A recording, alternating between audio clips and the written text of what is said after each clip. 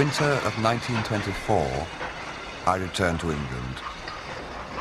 Lady Marchmain had written to me in Paris to tell me that Sebastian would complete his Levantine tour with Mr. Sandgrass in time to spend Christmas with his family. She invited me to Brideshead.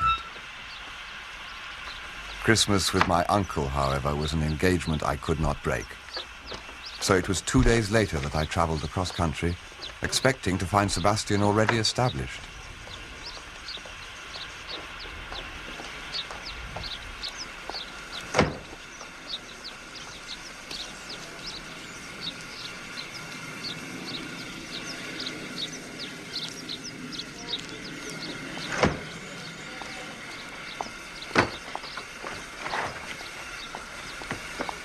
Thank you. And those two over there, if you would be so kind.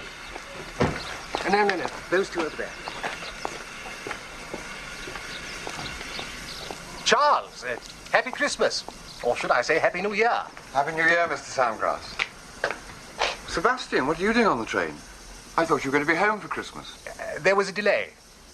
It was the luggage. Mr. Atkinson at Cook's promised it would arrive by the 24th, but unfortunately... yes, thank you. How was Egypt? Yes, that's there. I'll tell you later. Happy New Year.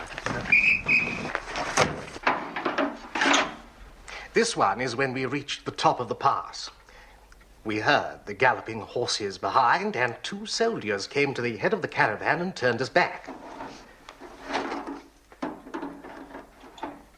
There they are on the right. They reached us only just in time. There was a band not a mile ahead. A band? Goodness, a jazz band? Dear Lady Julia, no. I suppose the sort of folk music you get in those parts is very monotonous. Dear Lady Marchmain, a band of brigands. The mountains are full of them. Stragglers from Kemel's army, Greeks who got cut off in the retreat. Very desperate fellows, I assure you. Do pinch me. So you never got to wherever it was? Weren't you terribly disappointed, Sebastian? Me? Me? Oh, I don't think I was there that day. Was I, Sammy? That was the day you were ill. Yes, that was the day that I was ill. So I shouldn't have got to wherever it was. Should I, Sammy?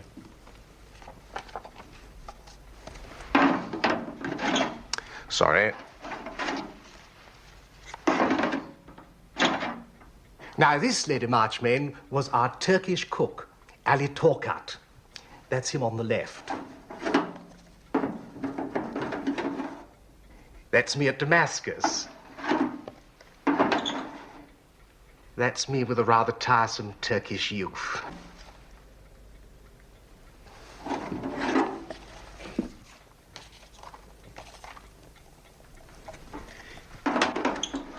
This is a group taken near Jericho, I think. No, Jerusalem. All ruins and mules and you. Where's Sebastian? Ah. He held the camera. He became quite an expert as soon as he learned not to put his hand over the lens. Didn't you, Sebastian?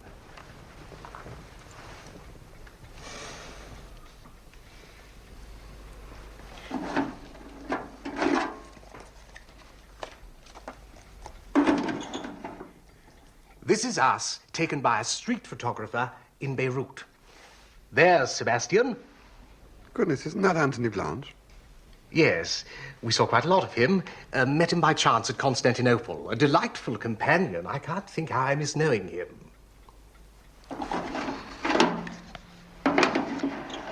Here we are again at Crac des Chevaliers. There's Anthony again. Yes, he came with us all the way to Beirut. Well, that's it, I'm afraid.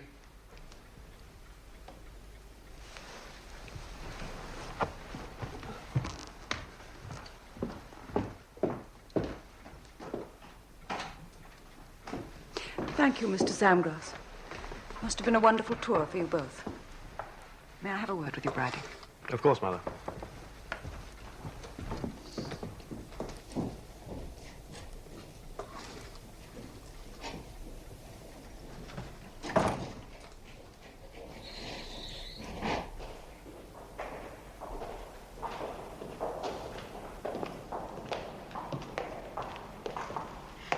must have been an extraordinary trip.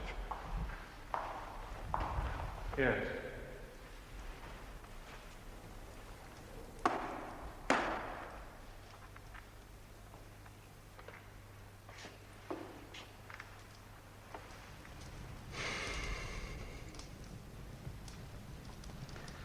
Did you ride a camel? I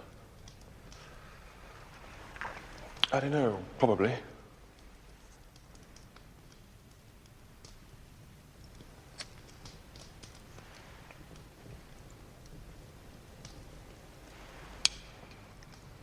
Will you tell me about Paris, Charles? Well, it's not very exciting in comparison.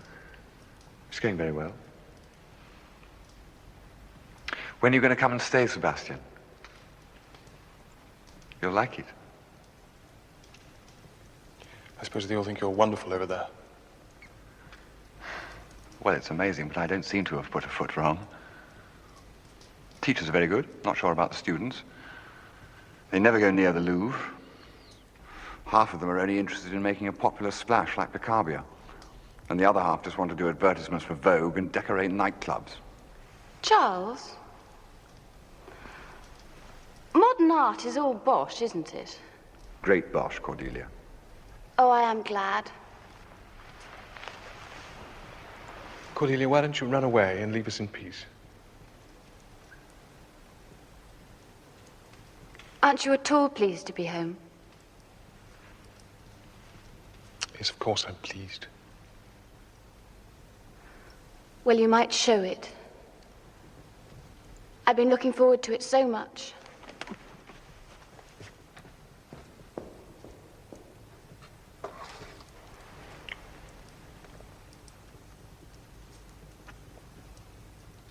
How extraordinary you're running into Anthony Blanche. This wasn't it.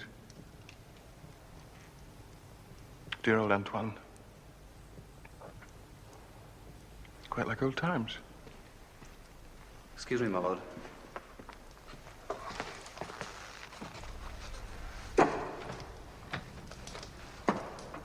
I say, where's the cocktail tray? Isn't it time they brought it in? It's still a bit early. Mr. Wilcox is upstairs with her ladyship, my lord. Oh, never mind. Bring it in yourself. Mr. Wilcox has the keys, my lord. Well, send him in the moment he comes down. Very good, my lord.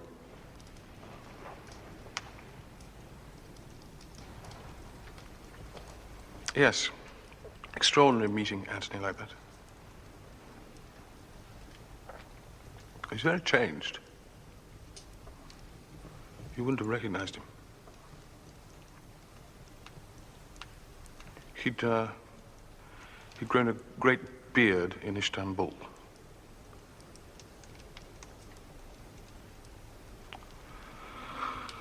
Well, where the hell is Wilcox?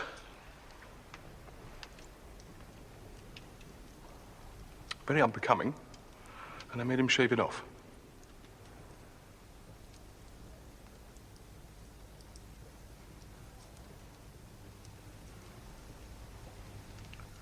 Well, I don't think I want a cocktail anyway.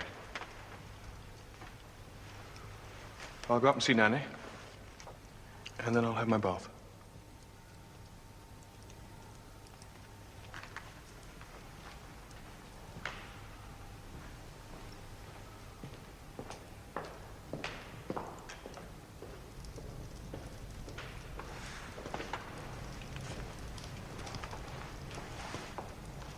Ah, Charles, can you give me a moment? There's something I've got to explain. Of course. Mother's given orders that no drinks are to be left in any of the rooms. You'll understand why. If you want anything, ring and ask Wilcox. Only best wait until you're on your own. I'm sorry, but there it is.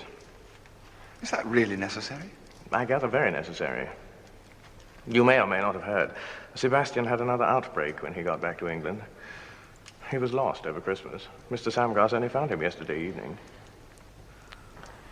I guess something of the sort must have happened. But you sure this is the best way of dealing with it? It's my mother's way. Oh, do have a drink yourself if you want. Now he's gone upstairs. It would choke me.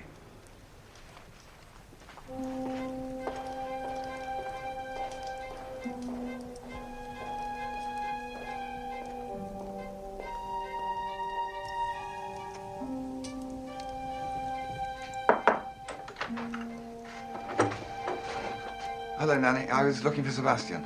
I thought he might be here. I told him he was looking peaky. All that foreign food, I don't suppose it agreed with him. He looked as though he'd been having some late nights, too, by the look of his eyes. Dancing, I suppose. And his shirt wanted darning.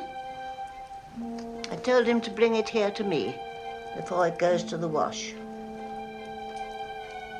Thank you, Nanny.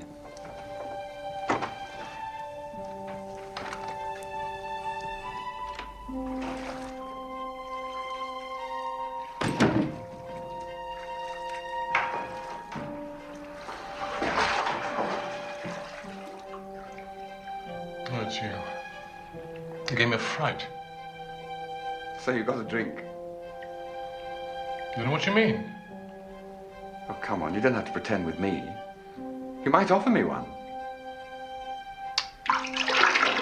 Just a little something I had in my flask. It's empty now. What's going on? Nothing. A lot. I'll tell you sometime. Well, I better go and get changed.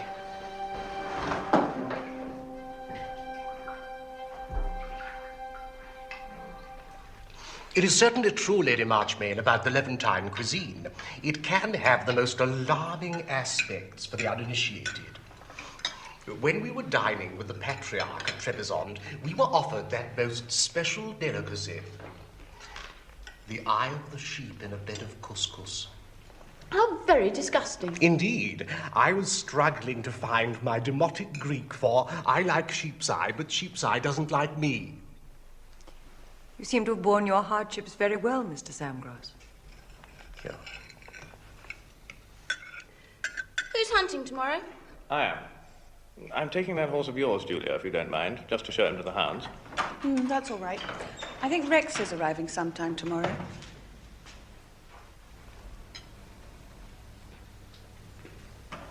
I suppose I better stay in and see him.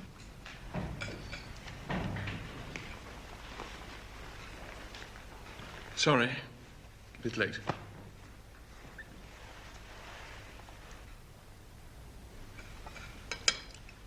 I promised an outing on Mr. Beelzebub tomorrow. Really, Cordelia, what an unfortunate name for a pony. You don't get the point, Mummy. Sister Bridget said that if you can ride the devil, you can ride anything.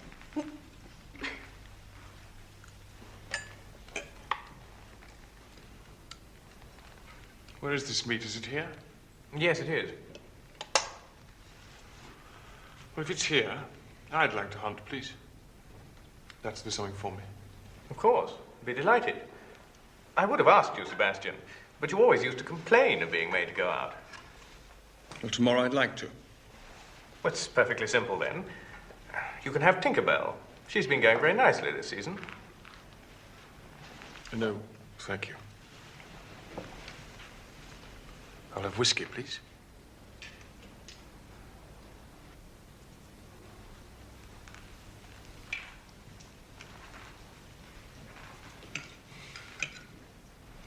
I'm so glad you're going out tomorrow, Sebastian.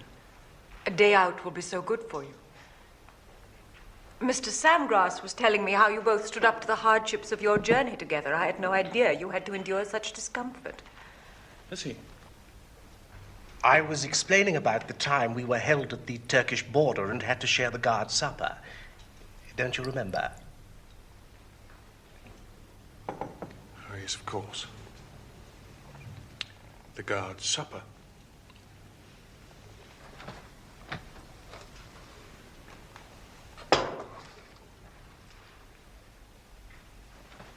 Are you going to chapel tonight, Mummy?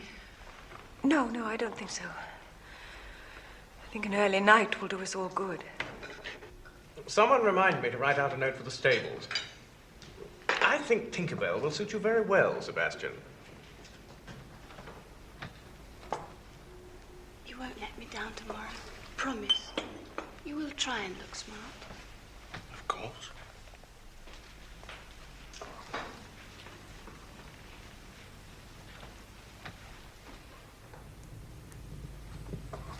I rather wish I was coming out with you tomorrow. You wouldn't see much sport.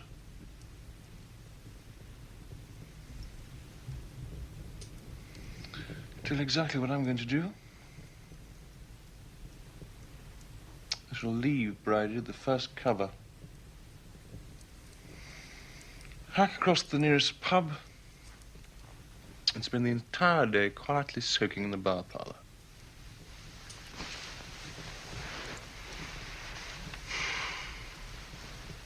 You treat me like a dipsomaniac, you bloody well have a dipsomaniac. I hate hunting anyway. Well, I can't stop you. You can, as a matter of fact. By not giving me any money. I stopped my banking account, you know, in the summer. It's been one of my chief difficulties. Pawned my watch and cigarette case to ensure a happy Christmas. So I shall have to come to you tomorrow for my day's expenses. I won't. You know perfectly well I can't. Won't you, Charles?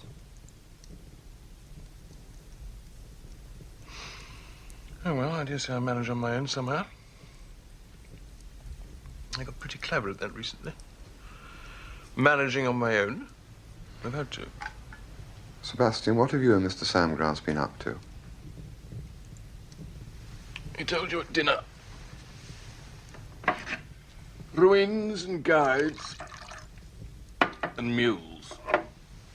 That's what Sammy's been up to.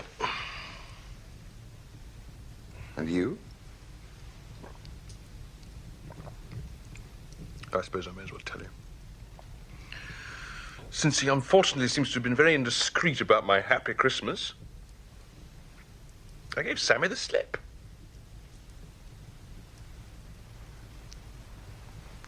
I had begun to guess.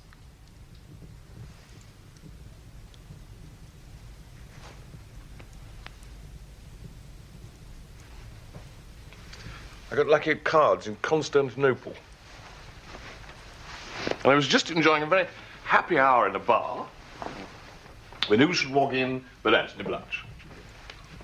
With the beard and a very pretty little Jew boy. Anthony lent me a tenner to help me escape. Just before Sammy came panting in to recapture me. After that, he wouldn't let me out of his sight. But in Athens, it was easy. We were staying at the legation. One day after lunch, I simply walked out. Cashed the money at Cook's. Found a sailor who spoke American. Lay up with him till the ship sailed and popped back to Constantinople. That was that. And didn't Sammy mind? He was a bit anxious at first. I didn't want to get the entire Mediterranean fleet out, so I cabled him saying, "Oh, quite well. Please send half the money to the Ottoman Bank and keep the rest for yourself." Poor old Sammy. Poor old Sammy.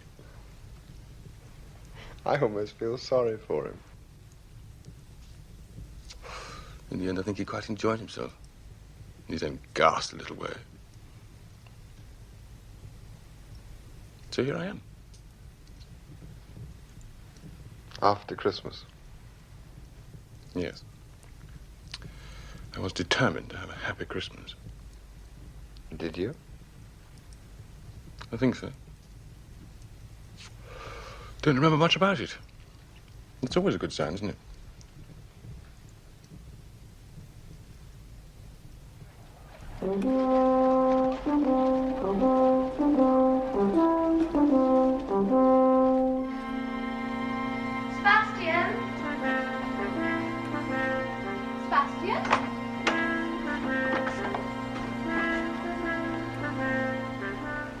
go dressed like that.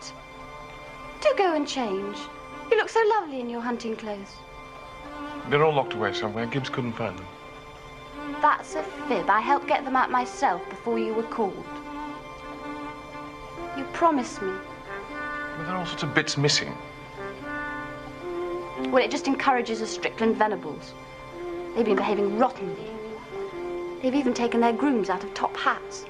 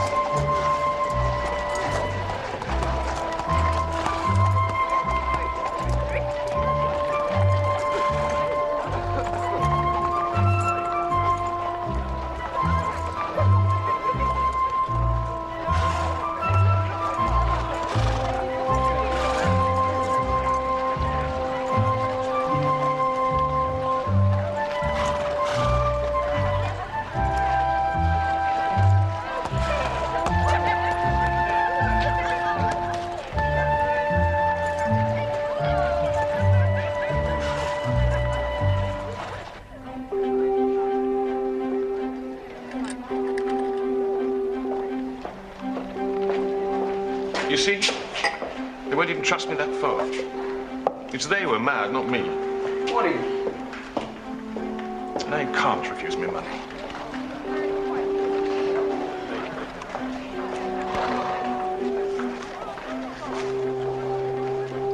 More.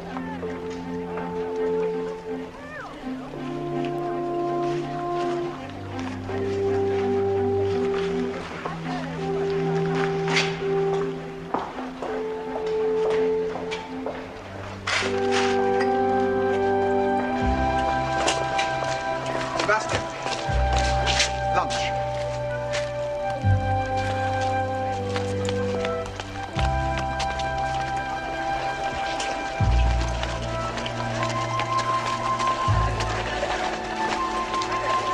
Morning, Sebastian.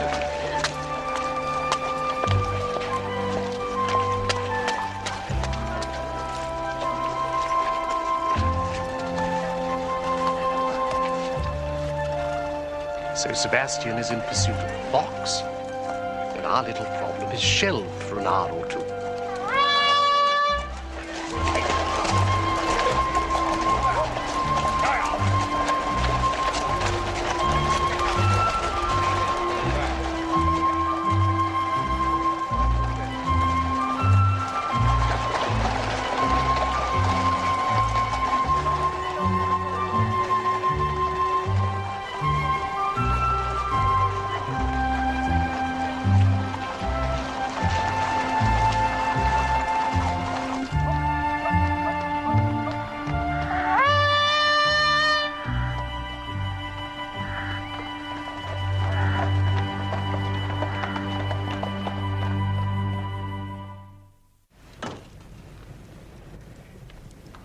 I heard all about your grand tour last night. Ah, I rather supposed you might have. I did not harrow our hostess with all that. After all, it turned out far better than anyone had any right to expect. I did feel, however, that some explanation was due to her for Sebastian's Christmas festivities. You may have observed last night that there were certain precautions. I did. You thought them excessive? I am with you, particularly as they tend to compromise the comfort of our own little visit. I have seen Lady Marchmain this morning. You must not suppose I am just out of bed. I have had a little talk upstairs with our hostess. I think we may hope for some relaxation tonight. Yesterday was not an evening that any of us would wish to have repeated. I'm not sure that tonight is quite the time to start the relaxation. Sebastian can come to no mischief today. For one thing, he has no money. I happen to know. I saw to it. I even have his watch and cigarette case upstairs. He will be quite harmless. As long as no one is so wicked as to give him any.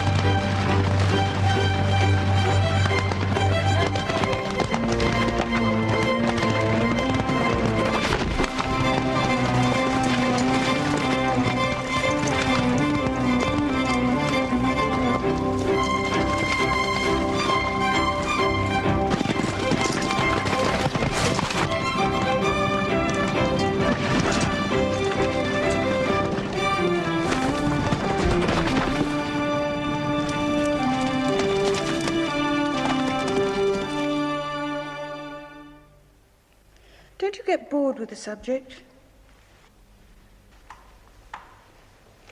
Why must everyone make such a thing about it? Because we're fond of him. Well, I'm fond of him too.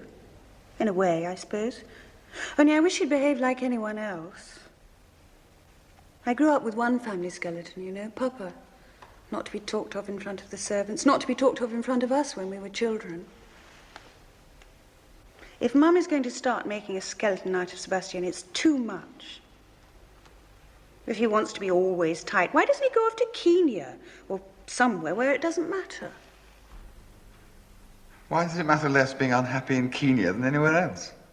Don't pretend to be stupid, Charles. You understand perfectly. You mean there won't be so many embarrassing situations for you?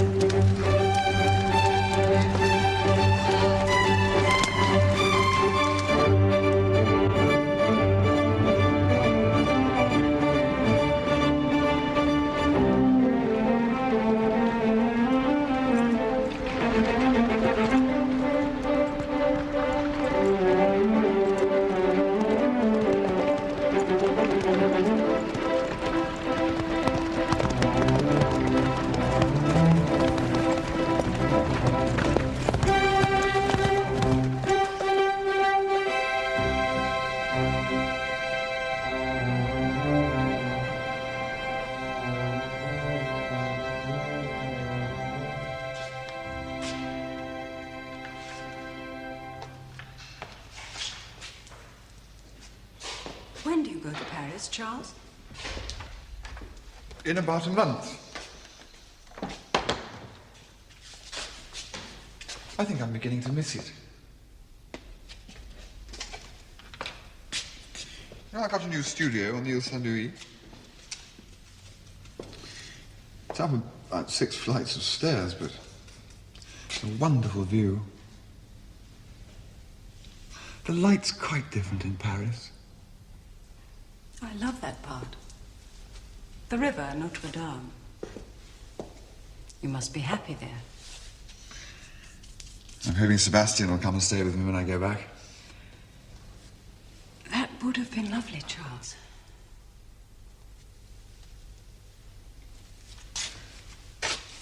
I hope he'll be coming to stay with me in London. You know that's impossible. London was the worst place. Even Mr. Samgrass couldn't find him there. We have no secrets in this house.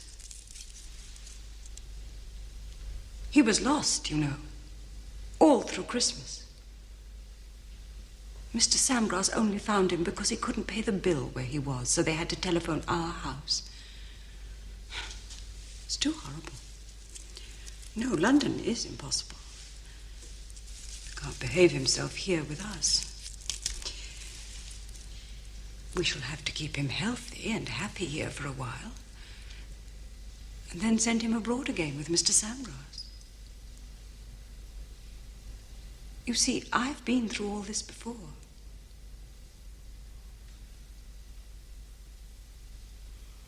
I hope he's having a good day.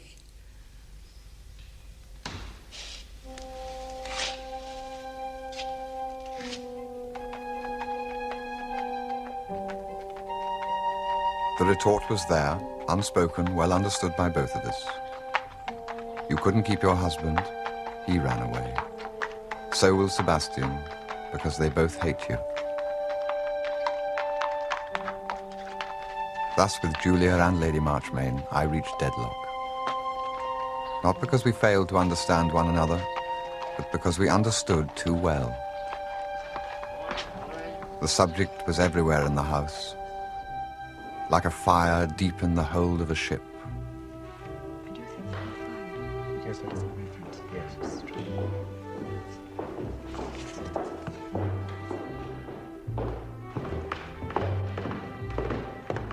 Mummy, do look at Rex's Christmas present.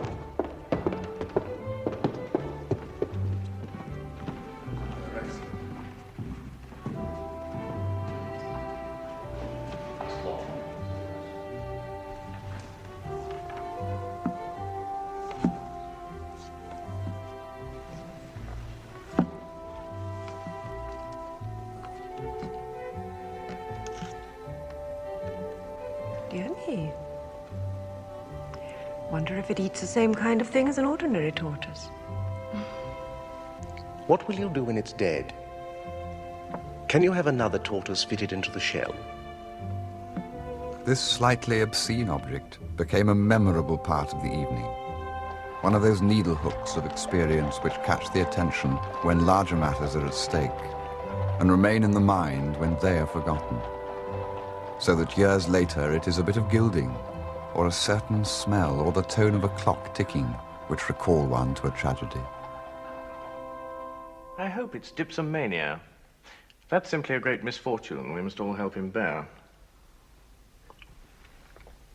What I used to fear was that he just got drunk deliberately, when he liked and because he liked. But that's exactly what he did. That's what we both did. That's what he does with me now.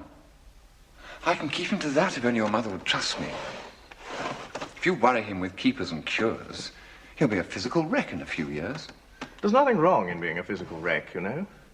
There's no moral obligation to become master of foxhounds, or postmaster general, or to live to walk 10 miles at 80. Wrong. Moral obligation. Now you're back on religion. I never left it. Do you know, Braddy, if ever I thought about becoming a Catholic, I'd only have to talk to you for 5 minutes to be cured. You managed to reduce what seemed quite a sensible proposition to stark nonsense. It's odd you should say that. I've heard it before from other people. It's one of the reasons why I don't think I should have made a good priest. It's something in the way my mind works, I suppose.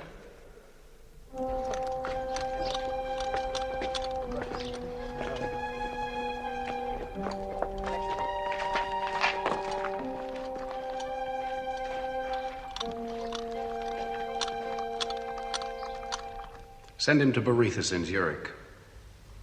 Borethus is the man.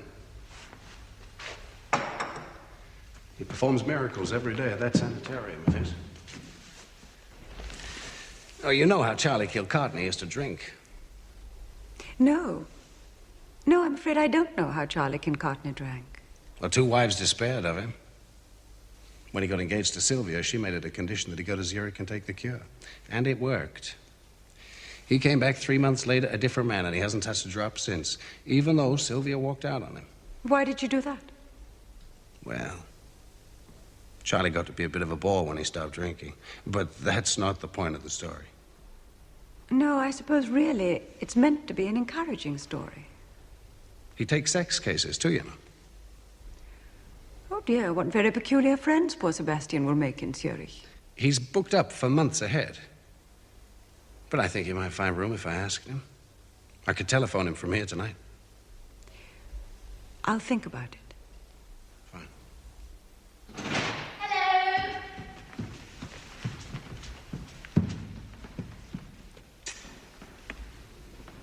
Hello, Rex. Hi, good evening. Oh, Julia, what's that? How beastly. It's my Christmas present from Rex. Oh, I'm sorry. I'm always putting my foot in it. But how cruel. It must hurt frightfully. They can't feel. How do you know? I bet they can.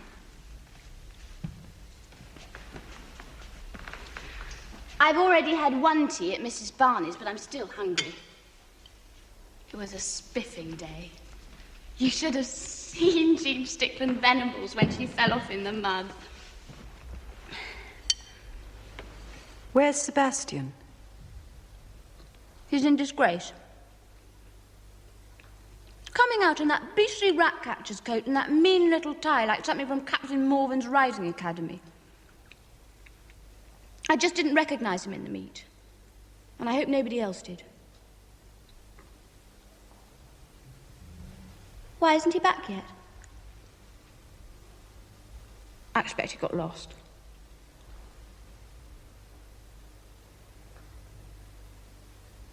Poor little thing and that horrid tortoise. What do we do? I will do. Yes, I will. Thank you.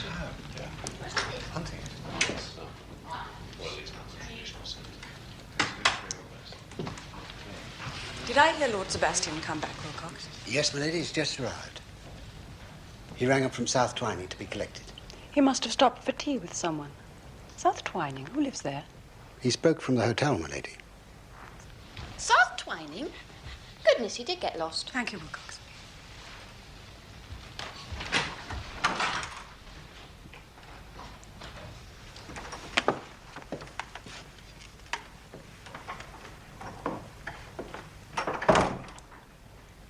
Dear boy, how nice to see you looking so well again.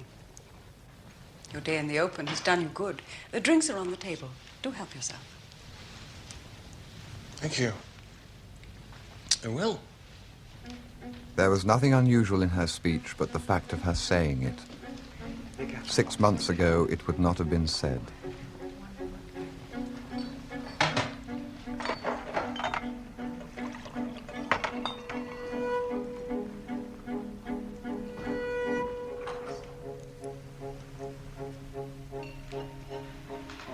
It's that horse of yours, Bridie. It's no damn use.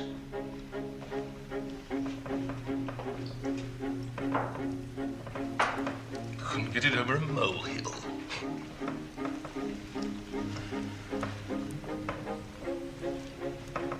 How do you expect me to keep up with the rest of the field? Even if I wanted to. Don't sit too long, Bridie.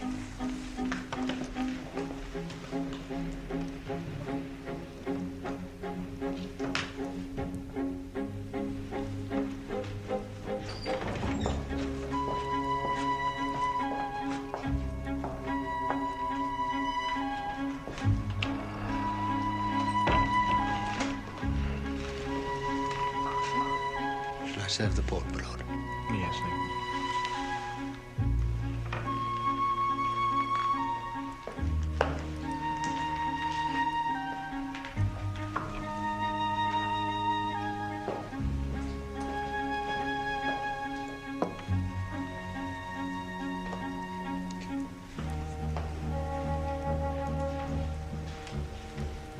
Charles, you saw it?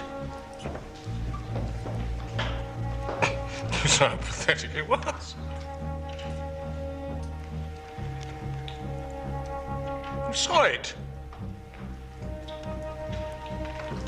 A blow, expected, repeated, falling on a bruise, with no smart or shock of surprise. Only a dull and sickening pain, the doubt whether another like it could be borne. That was how it felt sitting opposite Sebastian at dinner that night.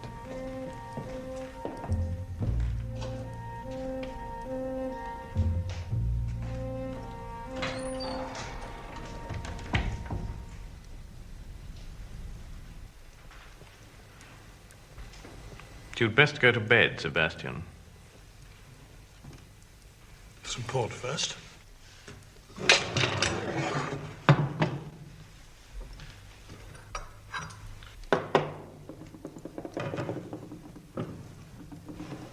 Have some port if you want it, but don't come into the drawing room.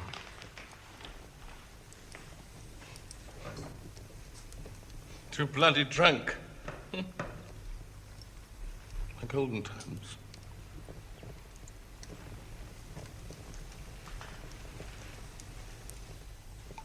Gentlemen always too drunk.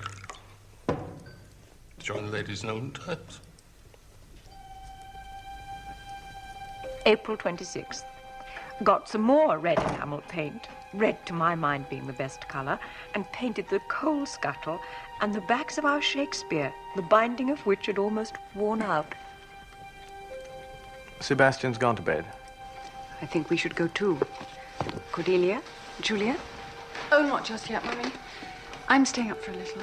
Come up and see me before you go to bed. I shan't be asleep. Good night, Rex. Good night, Lady Marchmain. Good night, Mother. Good night. Lady Marchmain, thank you for reading so delightfully. Good night, Mr. Sandbrook. Good night, Charles. Good night, Lady Marchmain. Good night, Charles. Good night, Cordelia. Mr. Samgrass, are you coming? Oh, yes, indeed. I'm more than ready. Good night. Good night. Good night. Good night.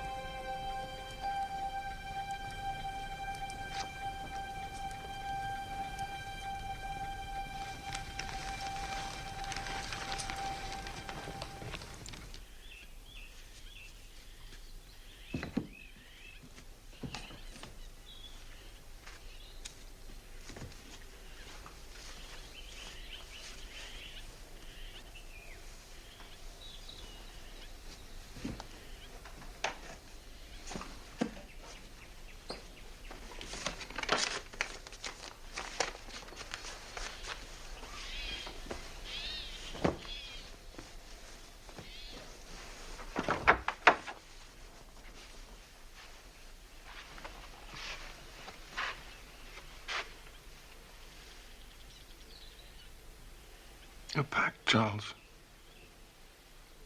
What's happening? I'm going.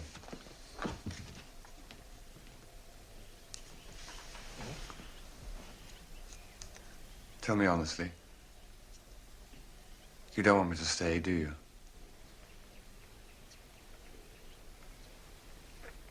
No, Charles. I don't believe I do.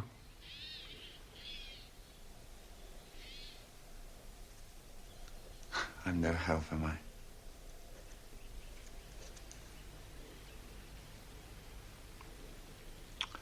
No help.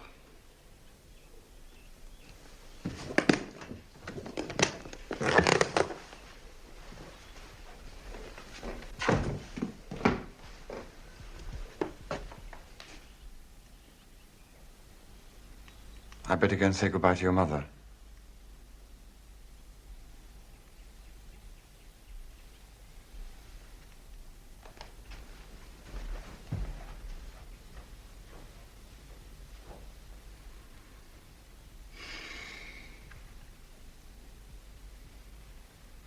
The problem is I've got a tremendous amount of work to get done before I go back to Paris.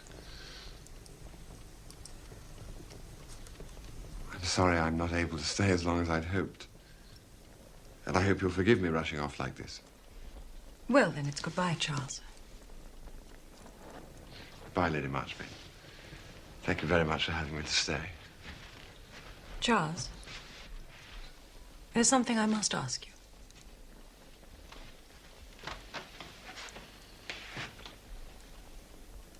Did you give Sebastian money yesterday? Yes. Knowing how he was likely to spend it? Yes.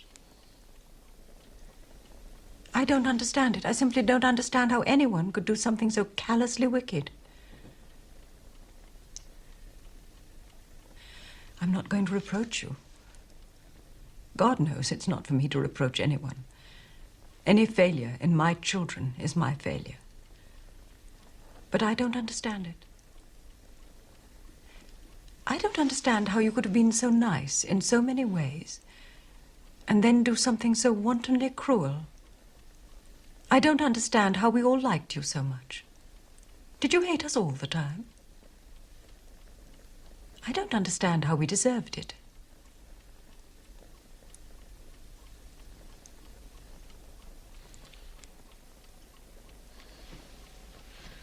Goodbye.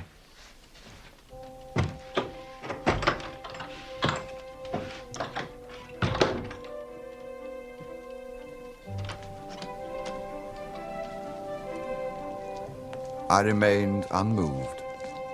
There was no part of me remotely touched by her distress. It was as I had often imagined being expelled from school.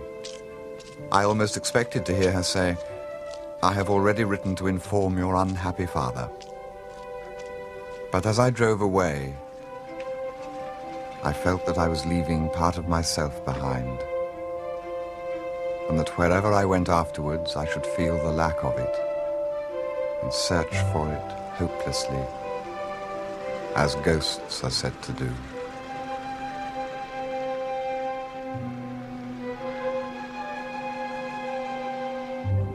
I shall never go back, I said to myself. A door had shut, the low door in the wall I had sought and found at Oxford. Open it now, and I should find no enchanted garden. I had come to the surface into the light of common day after a long captivity in the sunless coral palaces and waving forests of the ocean bed.